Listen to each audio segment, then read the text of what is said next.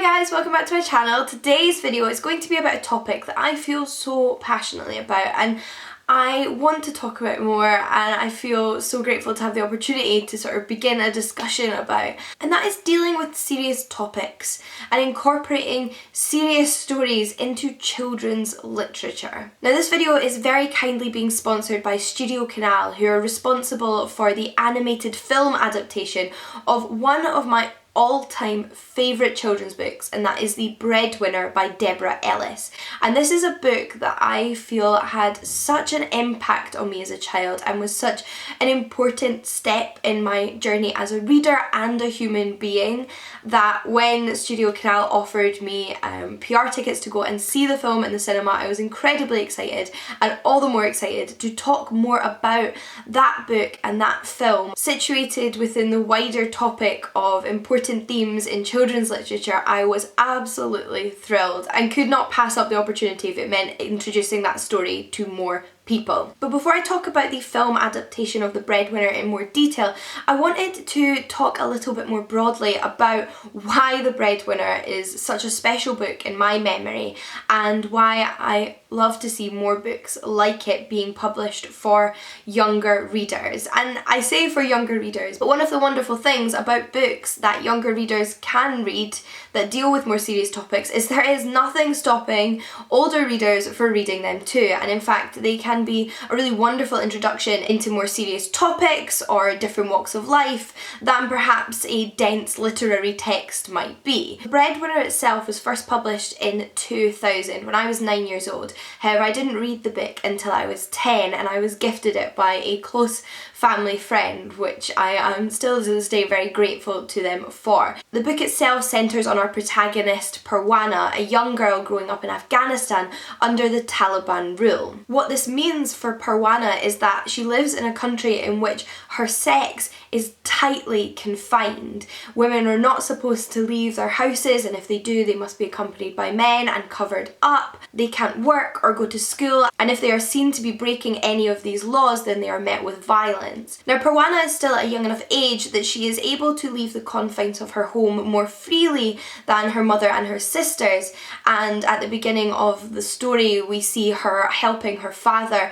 at the marketplace. However, as the book unfolds, we see Parwana's struggle along with the rest of her family to support itself and to exist in this strictly confined environment. And it's an incredibly heart-wrenching but engaging read, and it completely blew me away when I was a younger reader. The author Deborah Ellis based her story around various different accounts that she had listened to from women and girls she had met in a refugee camp in Pakistan and had originally come from Afghanistan. For me, reading this book came not long after the UK and US governments had decided to drop bombs on Afghanistan, and suddenly the country itself was everywhere in the media. I grew up in a very political family and I was on demonstrations against the war in Afghanistan from the age of 9, and it's not surprising to me that somebody in my family would gift me this book,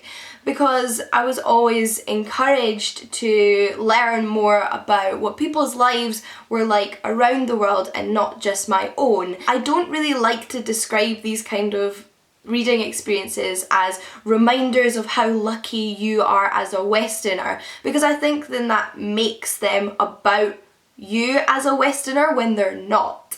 They're about showing what other people's lives are like. And they're about showing what another 11-year-old girl was experiencing somewhere else in the world and the serious things that she was having to deal with. And being a similar age as the protagonist of the story, I felt like this book had a real impact on me, and it stayed with me. It has stayed with me for many, many years. You might have seen a video I did a couple years back called Books by and About Refugees, where I also included this book, because I think it was one of the first books that truly made me want to seek out literature that could teach me about the world and other people's lives and other experiences, and it made me feel very strongly and passionately about making the world a better place to whatever extent you can do that, being in another country. Now, as a child, I feel like there were a few authors that really stand out amongst my reading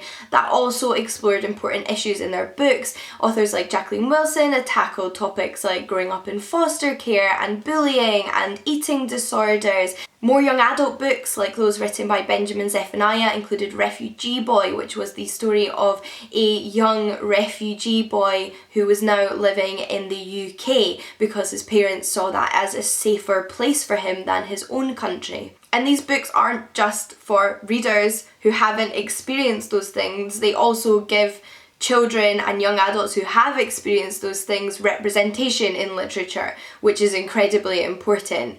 And I feel like there has been a bit of a surge in literature like this over the past few years, at least that I can observe, which makes me so happy to see. I've seen picture books like The Journey and My Name Is Not Refugee cropping up, which deal with the experience of children refugees. In 2017, Amnesty International commissioned a young adult anthology of stories by various different authors called Here I Stand, stories that speak for freedom and explore experiences of lots of young people across history and geography and their fight for freedom. We also have more young adult literature making its way into the mainstream that tackle topics including racism and homophobia, and I am so thrilled to see the rise in that kind of literature for young people, because like I mentioned, adults can read this stuff too, but for me it seems so important that young people and children should read about these stories too, because young people are experiencing them. I don't really believe in sheltering young people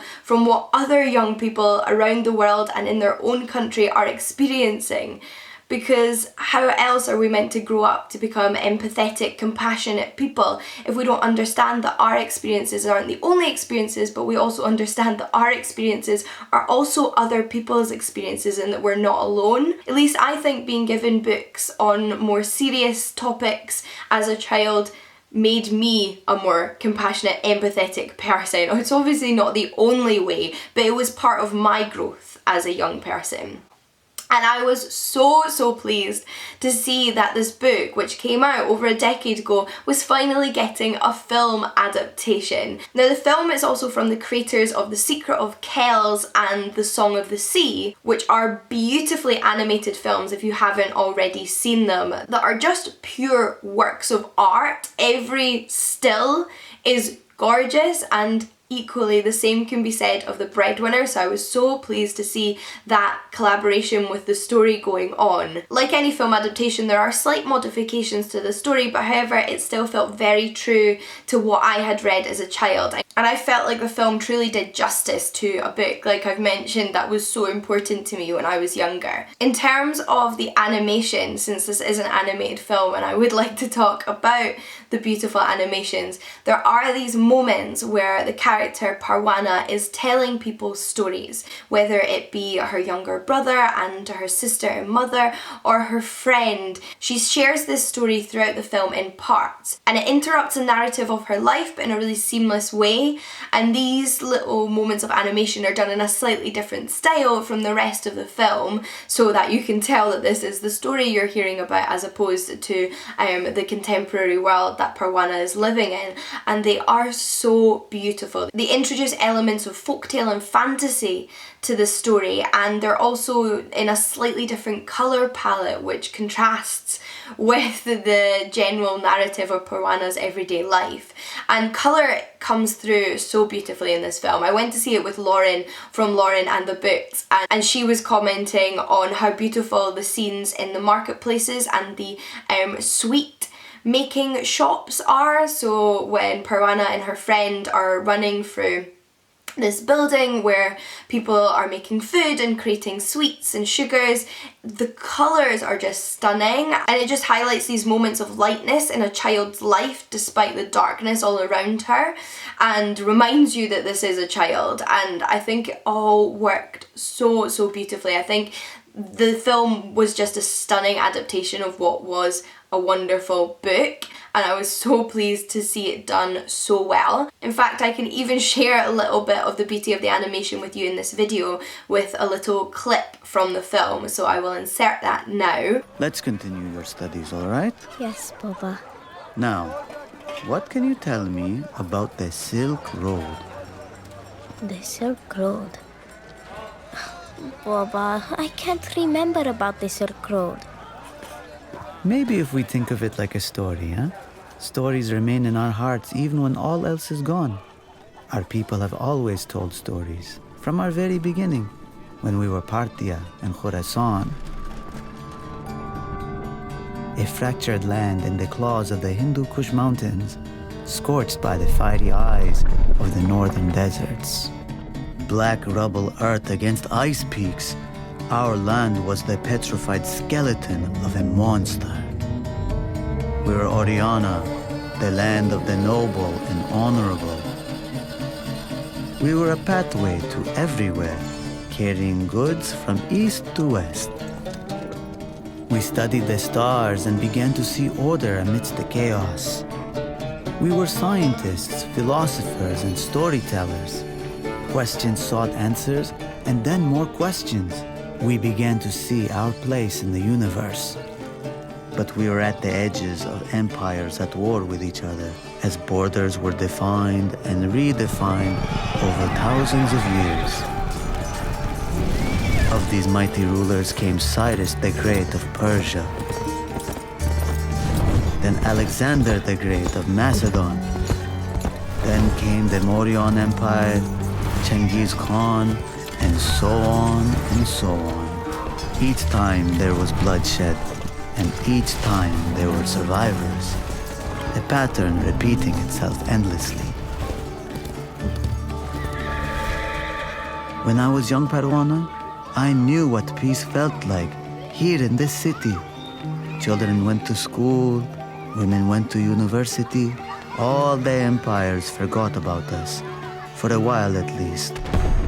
I'm so glad that there is a film adaptation, because I feel like now more people are going to get introduced to that story, people of all different ages, and then they may perhaps even go on to read the book as well, which is actually part of a 4-part series that I never got to finish as a child. I don't know if it's just because the books came out a little bit later when I was a little bit older, but having seen the film again, it's really made me want to go back and seek out the next 3 books in the story and learn more about what happened to Parwana as she grows up and experiences new experiences, and what happens to her at the end of her story, as well as the rest of her family. The film itself was originally released in 2017 elsewhere in the world, but will be in UK cinemas as of Friday the 25th of May, and I do hope that you get an opportunity to see it if it's in a cinema near you. This film does not shy away from the reality of the protagonist Parwana's life, and her reality was the reality for many. But you don't have to take my word for it. This film has already received multiple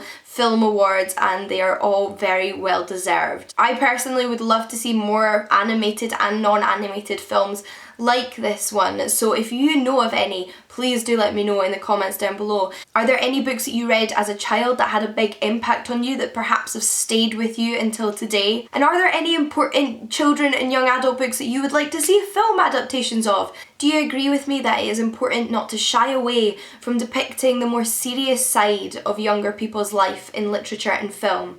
Do let me know. I would love to hear your thoughts. I myself have really enjoyed taking the time to talk a little bit more about this with you. So I hope you have enjoyed this video, and until next time, happy reading and happy watching, and I'll see you all again soon. Bye.